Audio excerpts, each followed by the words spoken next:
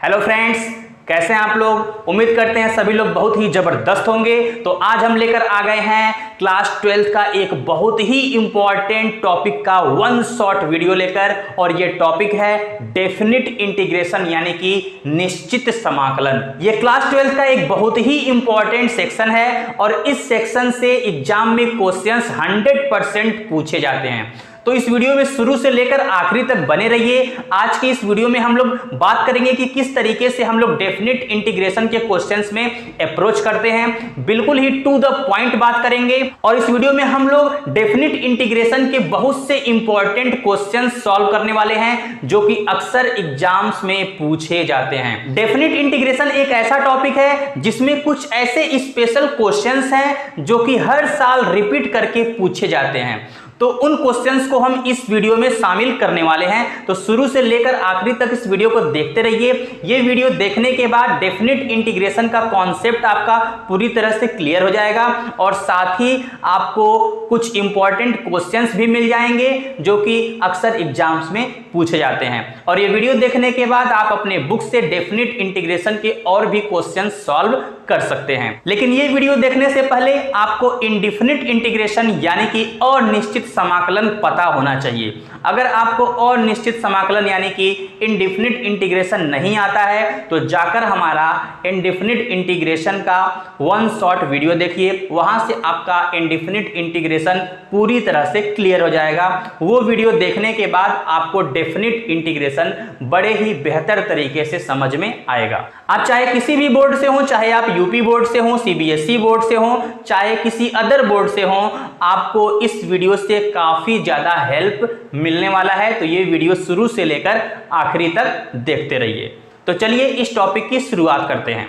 तो हमने indefinite integration में क्या पढ़ रखा था और इसमें क्या चेंज होने वाला है उसके बारे में हम बात करते हैं। बिल्कुल टू द पॉइंट बात करेंगे जिस तरीके से आपके एग्जाम्स में क्वेश्चंस आते हैं। तो चलिए शुरू करते हैं आज का अपना ये topic definite integration. Indefinite integration में हमने कुछ इस तरीके से पढ़ रखा है, जैसे कि मान लीजिए अगर हम आपसे पूछें एक्स स्क्वायर का इंटीग्रल बताइए तो क्या हो जाएगा, एक्स क्यूब बाई 3 प्लस सी यहाँ पर आर्बिट्रेरी कांस्टेंट है। लेकिन डेफिनिट इंटीग्रेशन में क्या होगा, यहाँ पर कुछ लिखा रहेगा। अब क्या लिखा रहेगा, ऐसे मान लीजिए यहाँ पे है 1, यहाँ पर है 2 एक्स स्क्वायर dx। अब डेफिनिट इंटीग्रेशन में आपसे कुछ इस तरीके से क्वेश्चंस पूछे जाएंगे जिसमें यहाँ पर कुछ लिखा रहेगा। अब ये क्या है, इसको हम लोग बोलते हैं लिमिट। समाकलन का लिमिट है, लिमिट ऑफ इंटीग्रेशन, जिसमें से इसको बोलते हैं हम लोग लोअर लिमिट। इसको क्या बोलते हैं, लोअर लिमिट, लोअर लिमिट। और इसको बोलते हैं upper limit, upper limit. Hindi में बोले तो इसको निम्न सीमा, निम्न सीमा। और इसको बोलते हैं उच्च सीमा, उच्च सीमा। अब इसको सॉल्व कैसे करते हैं, देखिए कुछ नहीं करना है। एक्स स्क्वायर का इंटीग्रल क्या होता है, एक्स क्यूब बाई 3। तो हम क्या करेंगे, यहां पर ऐसे लिख देंगे एक्स क्यूब बाई 3 और यहां पर हम लिख देंगे ये वाली लिमिट अपर लिमिट 2 और यहां पर लिख देंगे लोअर लिमिट यानी कि 1। ओके, और इसके बाद क्या करेंगे, इसमें हम लोग x की जगह पे 2 लिख देंगे। इसमें x की जगह पे 2 पुट कर देंगे तो क्या हो जाएगा, यहां से हो जाएगा 2 क्यूब बाई 3 और उसके बाद माइनस का साइन लगाएंगे और उसके बाद x की जगह 1 पुट कर देंगे यानी कि लोअर लिमिट रख देंगे।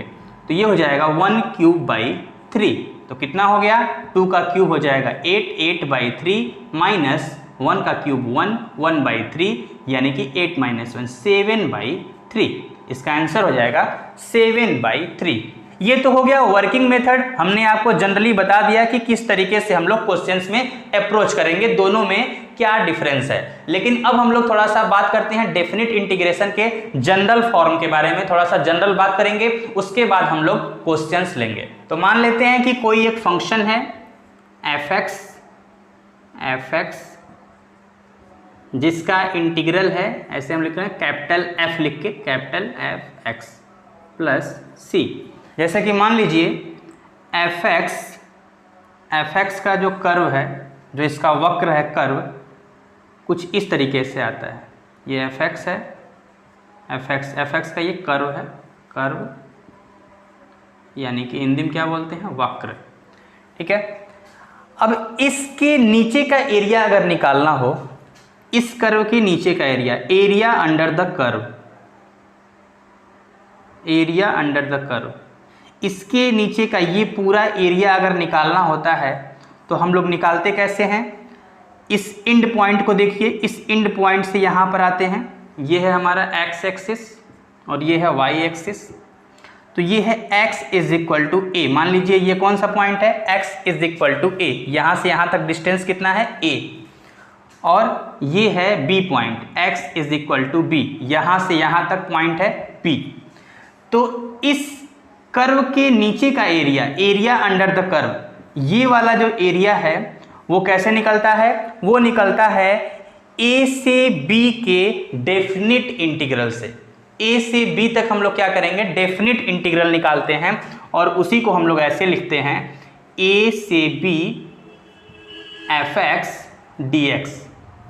और यहाँ पर fx का मान लीजिए इंटीग्रल क्या है, कैपिटल fx हमने यहाँ पर लिख दिया है, तो इसका इंटीग्रल लिखेंगे fx और डेफिनिट इंटीग्रेशन, और यहाँ पर लगाएंगे a, यहाँ पर b, यानी कि ये हो गया अपर लिमिट, ये हो गया लोअर लिमिट। तो इस तरीके से इस वक्र के नीचे का एरिया हमको मिलता है। किसी भी वक्र के नीचे का एरिया यानी कि एरिया अंडर द कर्व निकालने का एक पूरा चैप्टर ही आपके सिलेबस में दिया हुआ है, जिसको हम लोग एप्लीकेशन ऑफ इंटीग्रल के नाम से जानते हैं। तो उसमें हम लोग इसके बारे में डिटेल में बात करते हैं। और जैसा कि हमने आपको बताया, इसको बोलते हैं अपर लिमिट, ये है अपर लिमिट और ये है लोअर लिमिट, यानी कि उच्च सीमा और निम्न सीमा। अब इसके बाद हम लोग यहाँ पर क्या करते हैं, जो भी यहाँ पर इंटीग्रल निकला हुआ है इसमें हम लोग क्या करते हैं, x की जगह b पुट करेंगे, यानी कि एफ बी माइनस फिर लोअर लिमिट एफ ए। बहुत से स्टूडेंट ये सोच रहे होंगे कि ये कांस्टेंट कहाँ गया, तो कांस्टेंट कहीं नहीं गया है। मान लीजिए हमने यहाँ पर कांस्टेंट लिख लिया, ठीक है, यहाँ पर हम कांस्टेंट लिख लेते हैं एफ एक्स प्लस सी ए से b। अब देखिए एक बार क्या करना है हमको, एक बार हमको इस पूरे में x की जगह पे b रखना है, तो क्या करेंगे एफ बी प्लस सी, हमने अपर लिमिट पुट कर दिया, इसके बाद माइनस, अब लोअर लिमिट रखिए एफ ए प्लस सी। अब इसको सॉल्व करें तो क्या हो जाएगा भैया, एफ बी प्लस सी और ये हो जाएगा minus F A minus C, यानी plus C minus C cancel, यानी कि क्या बचा F B minus F A. तो c यहाँ पर कैंसिल हो जाता है, क्या बचता है F B minus F A. तो हम लोग कांस्टेंट के बारे में आगे से बात नहीं करेंगे। तो फाइनली हम यहाँ पर एक लाइन लिख रहे हैं कि अगर एफ एक्स का इंटीग्रल एफ एक्स प्लस सी है तो एफ एक्स डी एक्स ए से b का इंटीग्रल क्या हो जाएगा, ये हो जाएगा एफ एक्स ए से b, और फिर क्या करते हैं हम लोग, पहले b रखेंगे यानी कि अपर लिमिट रखेंगे, फिर माइनस लोअर लिमिट। तो इस तरीके से होगा हमारा वर्किंग मेथड। लेकिन ये सब वैलिड होने के लिए, ये सब वैलिड होने के लिए ये जरूरी है कि एफ एक्स, जो एफ एक्स है वो डिफाइंड होना चाहिए, एफ एक्स डिफाइंड होना चाहिए और कॉन्टिन्यूअस होना चाहिए। डिफाइंड एंड कॉन्टिन्यूअस यानी कि परिभाषित होना चाहिए और संतत होना चाहिए। किस इंटरवल में परिभाषित होना चाहिए, a से b इंटरवल में। x जब a से b के बीच में है या a के बराबर और b के बराबर है तो उस इंटरवल में fx परिभाषित होना चाहिए और संतत यानी कि कंटिन्यूअस होना चाहिए, तभी ये सब वैलिड होगा। अब आपके दिमाग में ये क्वेश्चन आ रहा होगा कि क्या हर एक क्वेश्चन में हम लोग को ये चेक करना पड़ेगा कि fx डिफाइंड है या नहीं है, या fx कंटिन्यूअस है या नहीं है। ऐसा बिल्कुल नहीं है, आपको चेक नहीं करना पड़ेगा। क्यों? क्योंकि आपके सिलेबस में जो भी क्वेश्चंस दिए गए हैं, जो कुछ भी आपको एग्जाम में पूछा जाएगा, उसमें यहाँ पर जो भी फंक्शन होगा वो a से b के बीच में डिफाइंड ही होगा। जो भी आपसे इंटीग्रल पूछा जाएगा उस इंटरवल में डिफाइंड होगा, तभी आपसे वो पूछा जाएगा। तो यहाँ पर हमने जो कुछ भी आपको बताया, ये आपको समझ में आए या ना आए, इसका आपको टेंशन नहीं लेना है, ये आपको चेक नहीं करना है। सिंपली कोई भी लिमिट दिया रहेगा, फंक्शन दिया रहेगा, उसका इंटीग्रल आपको निकाल देना है। अब हम लोग कुछ बेसिक क्वेश्चंस करेंगे जिससे आपका डेफिनेट इंटीग्रल का कॉन्सेप्ट अच्छे से क्लियर हो जाए, और इसके बाद हम लोग एडवांस क्वेश्चंस की तरफ बढ़ेंगे। तो बड़े ही प्यार से और आराम से क्वेश्चंस को देखते रहिए और सीखते रहिए। तो देखिए, इसका इंटीग्रल हमको निकालना है, तो बड़े ही आसानी से आपको पता होगा कि sec x tan x का जो इंटीग्रल होता है वो होता है sec x। sec x tan x basic integral होता है जिसको हम लोग एज ए फार्मूला याद रखते हैं। अगर आपको sec x tan x का इंटीग्रल ही याद नहीं है तो आपको ज़रूरत है सबसे पहले जाकर इंडेफिनिट इंटीग्रेशन का वीडियो देखना। तो sec x tan x का होता है sec x, और लिमिट कहाँ से कहाँ तक है, 0 से π/4 तक। इसके बाद क्या करेंगे, ये अपर लिमिट रखेंगे, sec π/4 माइनस sec 0। अब sec π/4 कितना होता है, sec π/4 होता है √2 और sec 0 होता है 1, तो √2 - 1 हो जाएगा हमारा आंसर। अब इस क्वेश्चन को हम लोग सॉल्व करते हैं। तो देखिए यहाँ पर है 1/x, 1/x का जो इंटीग्रल होता है वो होता है log x, 1/x का log x, और कहाँ से कहाँ तक करना है, 1 से 3 तक। तो एक बार रखेंगे अपर लिमिट, तो ये हो जाएगा log 3 माइनस, फिर रखेंगे लोअर लिमिट यानी कि log 1, तो ये हो जाएगा log 3, और log 1 क्या होता है, ये होता है 0, यानी कि log 3 हमारा आंसर हो जाएगा। अब इसको सॉल्व करते हैं। तो देखिए tan स्क्वायर x का इंटीग्रल क्या होता है, tan स्क्वायर x का हम लोग डायरेक्ट कोई भी फार्मूला याद नहीं रखते हैं, तो इसको हम लोग कैसे करते थे, इसको करते थे sec स्क्वायर x माइनस 1 से। tan स्क्वायर x को हम लोग sec स्क्वायर x माइनस 1 लिख सकते हैं, ये ट्रिग्नोमेट्री की आइडेंटिटी होती है, आपको पता होना चाहिए। और 0 से π/4 के बीच में करना है। sec स्क्वायर x का इंटीग्रल होता है tan x, और 1 का होता है x। अब हमको 0 से π/4 के बीच में इसको सॉल्व करना है। तो सबसे पहले क्या करेंगे, π/4 रख देंगे, तो क्या हो जाएगा tan π/4 माइनस x की जगह पे π/4, ये हो गया अपर लिमिट, हमने अपर लिमिट रख दिया। इसके बाद माइनस, उसके बाद लोअर लिमिट रखते हैं, तो tan 0 माइनस x की जगह पे फिर से 0, तो क्या हो जाएगा tan π/4 होता है 1, तो tan π/4 1 माइनस π/4, और यहाँ पर देखिए tan 0 0 होता है, 0 तो 0 ही है, ठीक है, तो 1 माइनस π/4। एक बात आपको और ध्यान रखना है, मान लीजिए अगर हमको कहीं पे ऐसे सॉल्व करना हो, कहीं पे हो fx प्लस gx और यहाँ पर हो अपर लिमिट और लोअर लिमिट a b। अब कहीं पर इस तरीके से आ जाता है तो इसको सॉल्व करने का हमारे पास दो तरीका है। पहला तरीका क्या करेंगे, डायरेक्ट अपर लिमिट एक बार रख देते हैं, फिर माइनस के बाद लोअर लिमिट, यानी कि कुछ इस तरीके से अपर लिमिट रखेंगे तो आएगा fb प्लस gb, ये हो गया अपर लिमिट, माइनस उसके बाद लोअर लिमिट वाला, लोअर लिमिट क्या है, लोअर लिमिट है fa हो जाएगा प्लस ga। ओके, अब इसको सॉल्व करेंगे तो क्या मिलेगा, fb plus gb minus fa minus ga। देखिए इस तरीके से तो हम लोग सॉल्व कर ही सकते हैं, ये हो गया हमारा पहला तरीका। और इसी को हम लोग एक सेकेंड तरीके से भी सॉल्व कर सकते हैं। सेकेंड तरीका क्या है कि हम लोग इसको इस तरीके से भी लिख सकते हैं, अलग अलग करके fx ए से बी, और बीच में प्लस है तो प्लस लगा देंगे, और gx ए से बी। हमने क्या किया, यहाँ पर हमने क्या किया था, यहाँ पर हमने पहले अपर लिमिट रख लिया माइनस फिर लोअर लिमिट, और यहाँ पर हमने क्या किया, पहले इसको अलग अलग कर लिया, fx पर अलग से a से b और gx पे अलग से a से b। ओके, अब इसको सॉल्व करें तो क्या होगा, upper limit minus lower limit, तो क्या हो जाएगा fb माइनस fa प्लस, और यहाँ से क्या हो जाएगा gb माइनस ga। आप देख सकते हैं कि ये और ये दोनों एक ही है, दोनों अलग अलग नहीं है। यहाँ पर है fb प्लस gb, यहाँ पर भी है fb प्लस gb, और यहाँ पर है माइनस fa माइनस ga, यहाँ पर भी है माइनस fa माइनस ga। तो आगे से क्वेश्चंस में हम लोग जिस तरीके से मन करेगा उस तरीके से हम लोग सॉल्व करेंगे।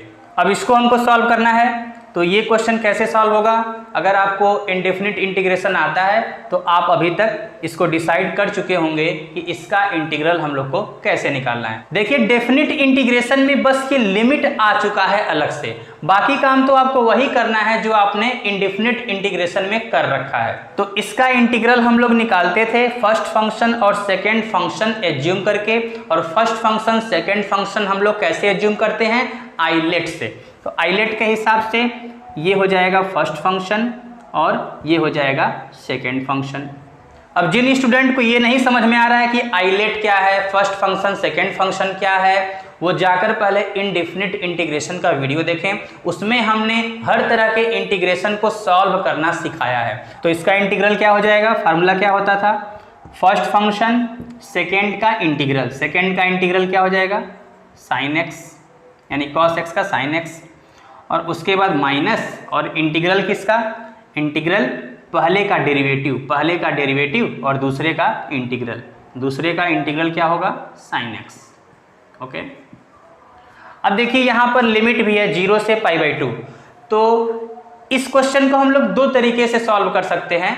बेसिकली हम लोग क्या कर सकते हैं कि x cos x, इसका हम लोग पहले इंटीग्रल निकाल लें, फाइनल आंसर क्या आता है, फाइनल आंसर आने के बाद हम लोग यहाँ पर लिमिट रख देंगे 0 से π/2, ऐसे इसको सॉल्व कर सकते हैं, या फिर हम लोग लिमिट को यहीं पर साथ में लेकर चलते हैं। इस तरीके से ये बाहर निकल चुका है, इसमें इंटीग्रल का साइन नहीं है, तो यहाँ पर हम लोग क्या कर सकते हैं, ऐसे 0 से π/2 लिख सकते हैं, और यहाँ पर अभी इंटीग्रल का साइन है तो यहाँ पर लिखेंगे 0 से π/2।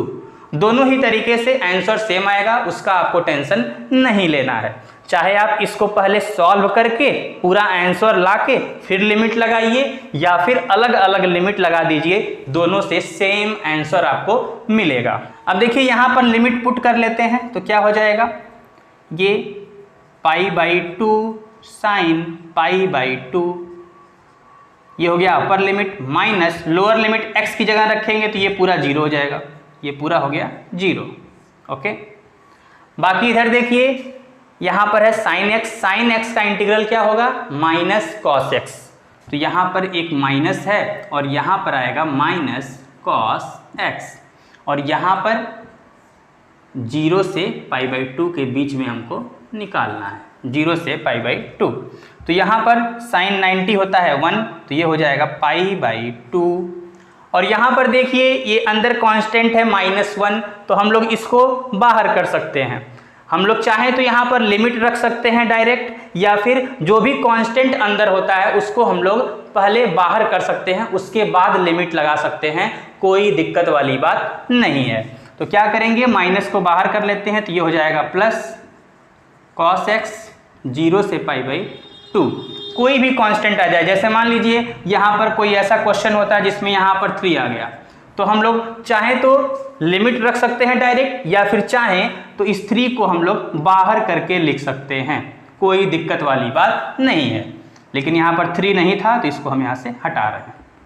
ओके, तो माइनस को हमने बाहर कर लिया, प्लस कर लिया। अब यहाँ पर लिमिट रख देते हैं, तो क्या हो जाएगा π/2 प्लस ये हो जाएगा, अब अपर लिमिट रखेंगे cos 90 माइनस cos 0, तो क्या हो जाएगा π/2, cos 90 होता है 0 और कॉस 0 होता है 1।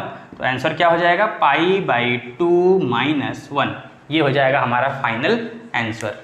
अगर आपको हमारी वीडियो से कुछ भी सीखने को मिल रहा हो, आपको थोड़ा भी हेल्पफुल लग रहा हो, तो इस वीडियो को आप लाइक कर सकते हैं और हमारे मेहनत को सार्थक बनाने के लिए आप इस वीडियो को अपने दोस्तों के साथ शेयर कर सकते हैं। शेयर कीजिए, चैनल थोड़ा नया है लेकिन हम भाई बहुत पुराने हैं। अब इसको सॉल्व करते हैं। अब ये वाला क्वेश्चन भी आइलेट से सॉल्व होगा। आइलेट से इसको हम लोग फर्स्ट फंक्शन मानेंगे और इसको सेकेंड। तो देखिए क्या हो जाएगा, फर्स्ट फंक्शन जैसे है वैसे लिख देंगे। फर्स्ट इंटू सेकेंड का इंटीग्रल x का x² माइनस इंटीग्रल किसका, पहले का डेरिवेटिव log x का डेरिवेटिव 1/x और दूसरे का इंटीग्रल यानी कि x² dx। अब यहाँ पर x से x कैंसिल हो जाएगा तो क्या बचेगा, सिंगल x बचेगा। यहाँ पर हम लिमिट लगा लेते हैं। लिमिट क्या हो जाएगा भैया, 1 से 2, 1 से 2 लिमिट हो गया। यहाँ भी लगा लीजिए, 1 से 2 लिमिट हो गया। अब यहाँ पर हम लिमिट सॉल्व कर सकते हैं तो क्या हो जाएगा, क्या हो जाएगा, क्या हो जाएगा, यहाँ पर 2 रख लेते हैं तो क्या हो जाएगा, log 2 इंटू यहाँ पर 2² ये हो गया upper limit minus lower limit रखते हैं, ये हो जाएगा log 1 इंटू यहाँ पे 1² ओके। अब यहाँ पर ध्यान दीजिए, यहाँ पर क्या था, यहाँ पर बचा है x/2 तो क्या हो जाएगा, x/2 में से हम लोग पहले 1/2 बाहर कर लेते हैं और x का क्या हो जाएगा, x का हो जाएगा x²/2, x का हो जाएगा x²/2 ओके। और यहाँ पर लगा लेते हैं लिमिट। लिमिट कहाँ से कहाँ तक, 1 से 2 ओके। तो इसको सॉल्व कर लेते हैं। यहाँ से एक 2 से एक 2 कैंसिल हो जाएगा, 2 बचेगा, 2 log 2 और यहाँ पे है log 1 हो जाएगा 0। तो इसकी कहानी खत्म हो गई। और यहाँ पर देखिए, अभी हमने आपको बताया था कि यहाँ पर इंटीग्रल हमने निकाला और अंदर यहाँ पर 2 फंसा हुआ है, तो हम चाहें तो 2 को बाहर कर सकते हैं। पहले ही 2 को बाहर कर लेते हैं, फिर लिमिट लगा देंगे। तो 2 को बाहर करेंगे तो ये हो जाएगा 2 आके 1/4 बन जाएगा और यहाँ पर बचेगा x²। अब लिमिट रख लीजिए तो क्या हो जाएगा भैया, अपर लिमिट रखेंगे तो क्या हो जाएगा 2² माइनस, अब यहाँ पे 1 रखेंगे 1² ओके। ये हो जाएगा 2 log 2 माइनस 1/4 और ये हो जाएगा 4 - 1 यानी कि 3, तो 3/4। तो ये हो जाएगा आंसर। अब हम लोग कुछ ऐसे क्वेश्चन सॉल्व करेंगे जिसका इंटीग्रल हम लोग सब्स्टिट्यूशन मेथड यानी कि प्रतिस्थापन विधि से निकालेंगे। अब देखिए, इस क्वेश्चन को हमको सॉल्व करना है तो इसका इंटीग्रल पहले निकालते हैं। इंटीग्रल कैसे निकलेगा, tan इनवर्स x को हम लोग t एज्यूम कर लेंगे। t एज्यूम करते हैं तो वहां से tan इनवर्स x का जो डेरिवेटिव है वो होता है 1/1 + x², वो मिल जाएगा। तो हम लोग इस क्वेश्चन को सब्स्टिट्यूशन मेथड से बड़े ही आसानी से सॉल्व कर सकते हैं। तो क्या करेंगे, tan इनवर्स x को हम लोग t एज्यूम कर लेते हैं।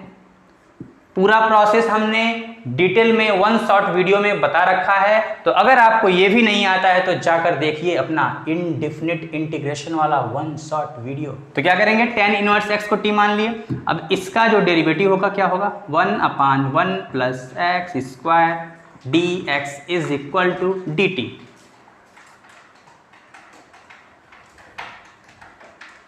यानी कि यहाँ पर ये जो पार्ट है dx/1 + x², इसकी जगह पे हम लोग dt लिख सकते हैं। तो क्या हो जाएगा यहाँ पर देखिए ध्यान से, tan इनवर्स x की जगह पे हम लोग t लिख देंगे। tan इनवर्स x की जगह पे t, तो ये बन जाएगा t² और इस पूरे की जगह पे हम लोग dt लिख देंगे, तो यहाँ पे आ जाएगा dt।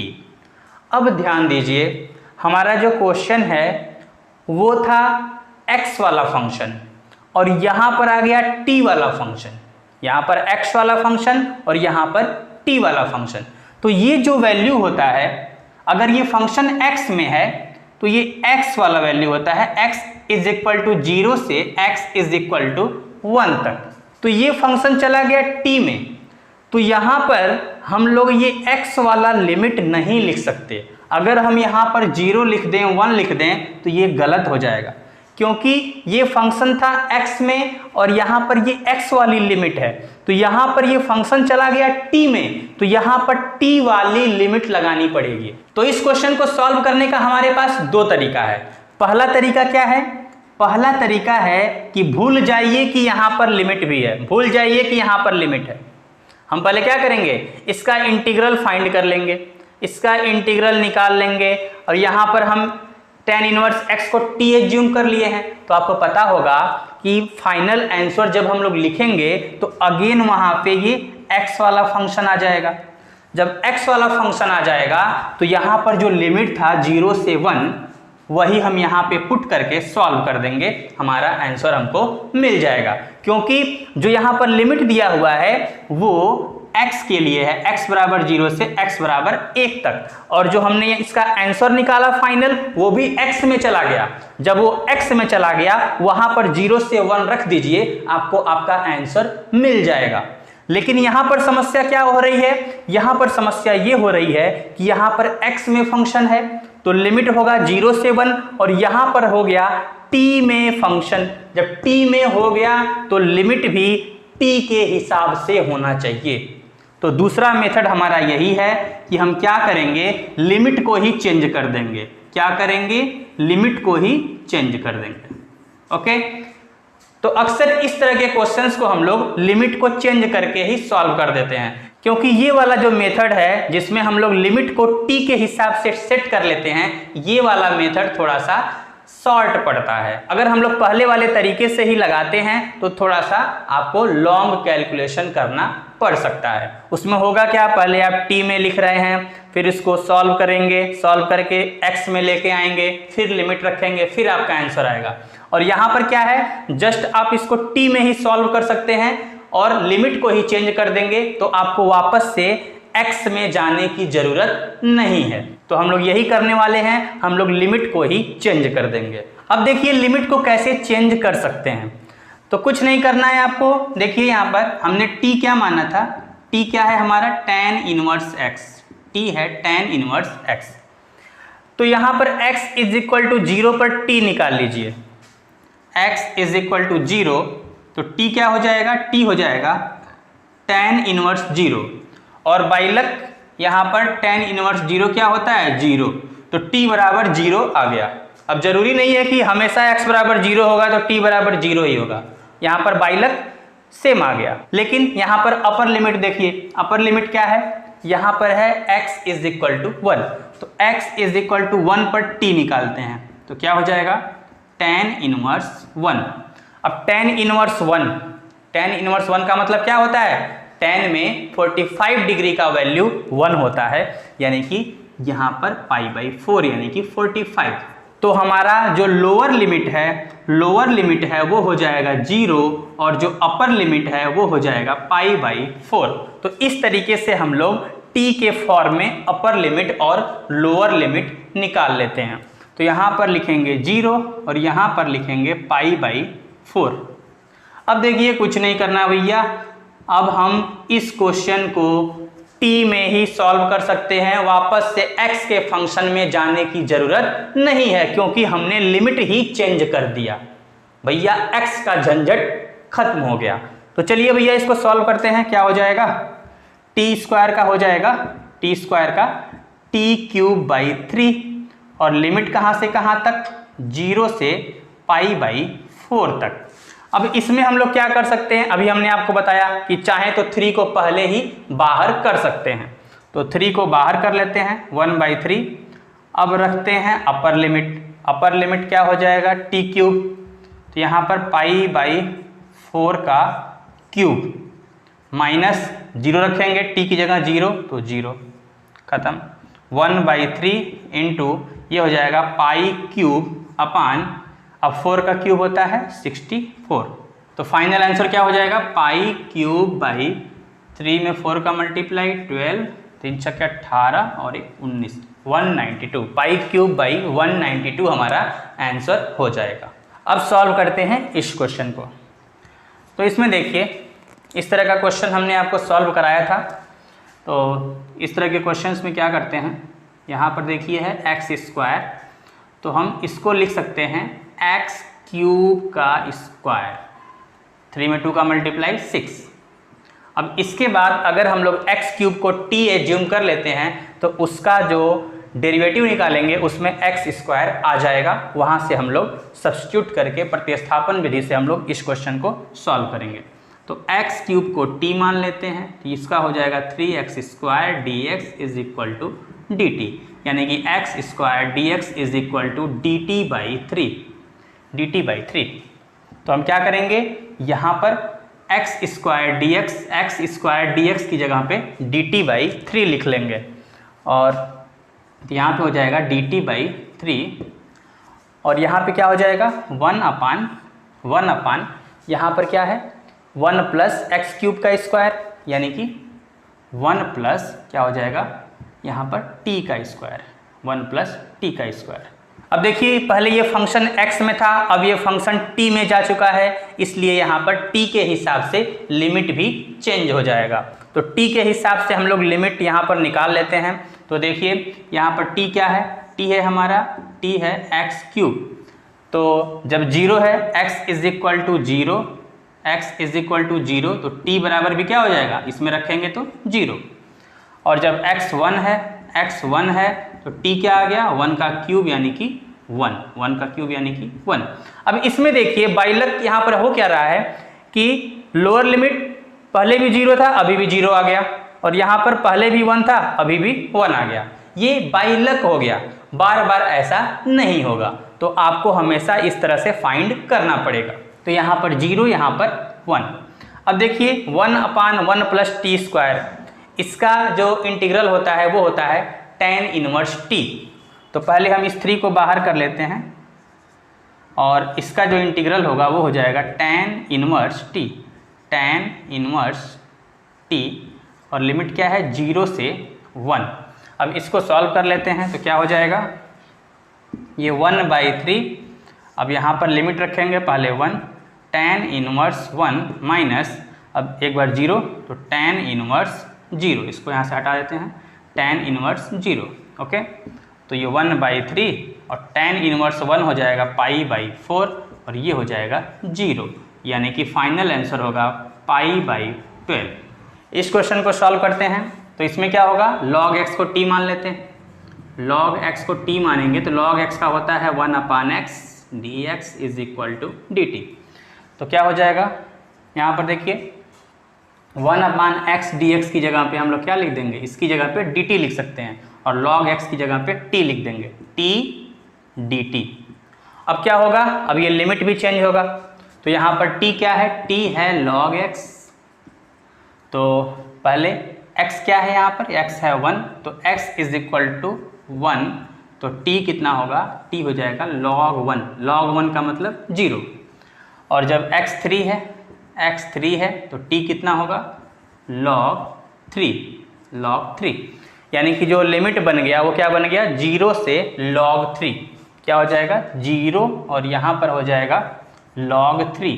तो क्वेश्चन ऐसे हो जाएगा 0 से log 3, और यहाँ पर क्या था t dt। अब t का जो इंटीग्रल होता है वो होता है t²/2, ये हो जाएगा 0 से log 3। अब इसको सॉल्व करते हैं, तो क्या हो जाएगा 1/2 बाहर निकाल सकते हैं, क्या बचेगा, ये बचेगा t² 0 से log 3, तो 1/2।